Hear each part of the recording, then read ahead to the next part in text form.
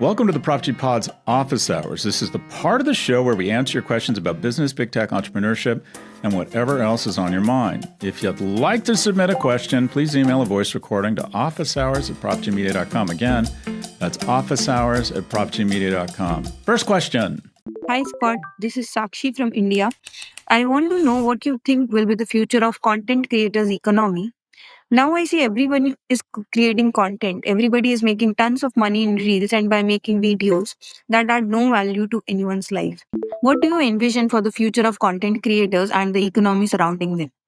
Shakshi from India. Thanks for the thoughtful question. So, according to Goldman Sachs research, the creator economy is expected to grow to $480 billion by 2027. That's nearly double what the sector is worth today, $250 billion. Goldman Sachs credits the expansion of the creator economy to the rise in digital media consumption and content creation's low barriers of entry.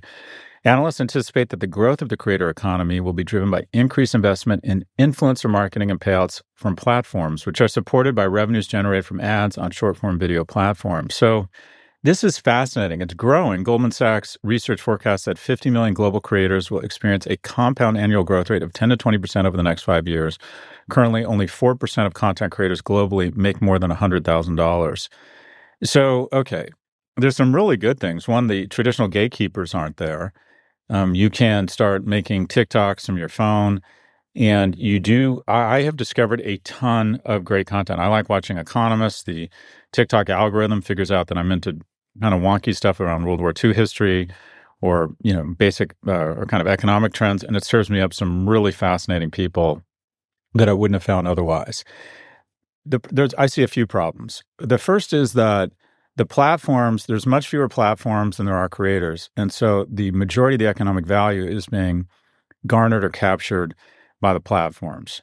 And while there's some competition, I think arguably YouTube and Reels compete with TikTok, the vast majority of the revenues, if you look at the Hollywood ecosystem where there are creators, I would bet that, 50, 70, 90% of the revenues go to the talent, the gaffers, the sound engineers, the actors, the writers, whereas I would bet it's 10%, maybe 20%. I bet it's sub 10% of the revenues go to the actual creators. And that's the genius, if you will, of these platforms, is they use technology to incentivize creators to basically do a lot of work and post their content for free. So one analogy, there are 1.7 billion people on TikTok. Half of them are creators. 850 million people are creators. Let's assume 1% of them are really good. If that's true, that means there are 8.5 million creators on TikTok that are as good. So, okay, Scott, I don't buy that. It's not 1 in 100 creators on TikTok. It's 1 in 1,000 that are as good as Hollywood. Well, okay, even if it's 1 in 1,000 of 850 million creators, that's 850,000 world-class creators that have all of a sudden entered the ecosystem and are competing with the traditional players. What does that mean? It means the thing kicking the shit out of Disney, Warner Brothers, Paramount, the traditional media companies, is not unions asking for more money. It's not each other. They're not competing against Apple TV or even Amazon. Who they're competing against is a 17-year-old who's decided that he or she is more entertained by one of those 850,000.1% creators who, by the way, demand almost nothing to work. They don't get health care. They're not part of a union. They don't need to support a family or their apartment in West Hollywood. So it is absolutely sucking down all the economics. Essentially, the entertainment industry has been globalized. You're going to see a tremendous boon and super talented people who otherwise wouldn't have had access, and that's a wonderful thing. But unfortunately, as with most digital things, it's a winner-take-most environment, and that is not even the 0.1%, but the 0.01% will take 95% of the revenues here, the Mr. Beasts of the world. What's to be done about it? What's a girl to do? Should there be legislation? I don't know. That's a whole ballywick. What I find is that communications in these platforms should be used as a weapon to market your brand and your expertise that you monetize elsewhere. I use TikTok. I use Instagram Reels, Instagram. I'm no longer on X. But I use all of these things. I do a lot on LinkedIn. I have a very talented woman working with us who focuses on primarily on just social media, clipping stuff and then distributing it on social media. And it's a means of marketing and establishing our presence, our awareness, and our domain expertise around several issues. And then I monetize it elsewhere. Books, speaking gigs. The podcast actually makes a decent amount of money, actually makes really good money once you get to a certain level. But I can't even imagine how difficult it would be to try and make a living getting enough views on these platforms, given that the take to the house is 90+%. It's near impossible. And you'll hear stories about people making a ton of money. But I just think I'm just discouraged when I hear that in China, kids report astronaut is the number one most aspirational career. And in the US, it's influencer. Just be clear. If you want to be an influencer, you might as well open a nightclub or try and go for the MBA. Your odds are about as good as making a living there. It is very difficult. However, it is a powerful tool to be a creator and a storyteller to establish domain expertise and awareness around the things you are doing professionally off platform. Anyways, thanks for the question, and hopefully I will see you in India soon. Question number 2. Hey, Scott, I am a 52-year-old single mom. My daughter is a high school senior and she will attend Boston University in the fall. About 14 years ago, my business partner, another single mom, and I started a niche consulting company providing federal grant writing administration to local governments in Alabama. In 2023, we had $900,000 in gross revenue, and we have 3 employees, including ourselves. And this year, we hope to hit $1 million. We both want out of the business and are ready for change. We love working for ourselves and the freedom, but the stress, long hours, pressure, and exposure are wearing us down as we get older. I would also want to get out of Alabama and build a community for my last third of life. How do we get out? What a lovely question, Anonymous from Alabama. So first off, congratulations.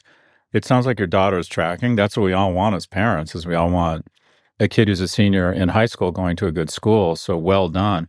Also, you're a fucking gangster. You're making $1 million a year in Alabama consulting to local governments, doing federal grant writing, and you have 3 employees. I mean, you're getting sort of top line revenue per employee of a consulting firm in an urban center that would be working for I mean, you are doing so well. And I have just some initial thoughts here. First off, be clear. Your economic vitality and stress, I have found, are correlated. When there are periods in my life where I have balance, really good health, I can focus on my relationships. Those are usually the periods when I'm not making any money. The marketplace is competitive and it has this sixth sense for who's willing to put up with the bullshit you are putting up with. You're essentially in the consulting business, which means managing clients, managing people, managing deadlines, pitching business, getting the business done. Before the business is done, pitching more business such that you can feed your employees, managing people who are awful. They're complex. They're needy. They want to be paid. They want healthcare. And then clients, Jesus Christ, don't get me started on clients. Anyways, the market stresses not only the skills that you have to bring to bear, but the stress you need to endure, and it's paying you for Alabama what is a lot of money. So, okay, that doesn't help. But the realization is if you think you're going to shoot off to another city and have the same quality of life with lower stress, yeah, I just don't think that's going to happen. I just don't think that's going to happen. So you're rounding second, if not rounding third. You've built a nice little business. The question is, how do you turn it into enterprise value that you can then monetize such that you can start to scale down and maybe lower your stress levels in Alabama or somewhere else? It sounds like you're tracking. I'd be very remiss to give this business up right now. It sounds like you're doing really well. What you could do is the following: identify someone in the business or get someone into the business who has the same sort of leadership skills that you have demonstrated, and over time, you could sell the business to, and you're going to finance their acquisition of the business. What does that mean? You have Susan. Susan is your most talented employee, and Bob is the second most talented. And you say, Susan and Bob, this business is going to be yours. And it's going to be yours in 3 to 5 years. And what we're going to do is I'm going to sell it to you. Now, how am I going to sell it to you? Slowly but surely, I need you to take over the business and show you can run the business. And I want you to take me from 50 hours a week to 40 hours to 30 hours. I want you to take me down 10 hours per year over the next 4 to 5 years, you and your partner. And you guys either step up and show us the ability to do that, or we bring in new people. By the way, if the business is totally dependent upon you, then just run it for another few years, milk it for as much cash as possible, and then shut it down. A better way to create long-term wealth, if you can, and this isn't easy, is to find people to take over the business that are likely, hopefully already in the business, or bring in someone else and train them. And then you say to them, hey, every year I'm going to give you 20% of the business and I'm going to finance it. You don't have to pay me a dime. What you do have to do is pay me 10% of the top line, and then 5% after years 3, 4, 5, and 6. So maybe you get somewhere between 45 and 90 grand a year for the next 3, 5, 10 years. And hopefully you find something else that's not as stressful, that supplants or supplements that income. So one, you have an income stream, which is effectively selling your business, right? You take a fee, you take some top line revenue. They're running the business in exchange for you handing over the reins in a thoughtful way, and they didn't have to pay you cash. They just pay you 5, 10% of the top line each year for a predetermined number of years. And after that sunsets, after 5 or 7 or 10 years, they own the business free and clear. And that way you're rooting for them. You're going to help them. Are you especially good at new business? Can you edit these proposals? Like, what is your superpower? And continue to do that. Just don't do it 40 or 50 hours a week, and hope that they can maintain and or ideally grow the business, and you effectively get a low stress income stream over the medium term. Anyways, congratulations on building what sounds like a fantastic business. Thanks so much for the question. We have one quick break before our final question. Stay with us. Welcome back. Question number 3. Hey, Prof G, this is Morgan, originally from New York, but I reside in Hong Kong, which I would argue is easily one of the best cities in the world. My question was around what you do to continue learning and growing, and specifically whether you're a disciplined reader. I used to read a lot, but I have a business and a family, and I exercise, and I'm busy, and I find it very hard to consistently read books these days. What about you? Do you find the time to read? And if not, aside from writing, what do you do to keep learning and growing and coming up with all your amazing insights? Morgan from Hong Kong, congratulations on building what sounds like a really fun life. Okay, so I get asked this question a lot, and I don't have a lot of good answers. This is where I get my source of information from a few places. I get it from, I used to get a lot of great information from Twitter before it became just a cesspool of desperation, or a sewage system on a sewage system. I now get a lot of great information from TikTok, from Threads. Specifically, I follow a bunch of people that I find interesting, and they have the algorithms do a great job of bubbling up really interesting articles. I'm reading all day. I read very few books. I read maybe 2 or 3 books a year, and I'm not proud of that. And I'm self-conscious saying that, because I think to be an educated, learned person, you probably need to read more than that. But I'm reading all day, so I don't feel a need. I don't know. It's just not how I relax. What I try and do is for me, it's not quantity, and it's not even, well, I guess it's quality, but more than that, it's trying to cement certain ideas. So whenever I hear something interesting, I immediately kind of rewind it, watch it, read it over, and try and cement it in my wet matter. And I'll give you an example. Last night, when did I hear this? Oh, I was watching congressional testimony, and this person said, when talking about technology and its impact on society, he said, we have Paleolithic instincts, medieval institutions, and godlike technology. And I thought that was so interesting.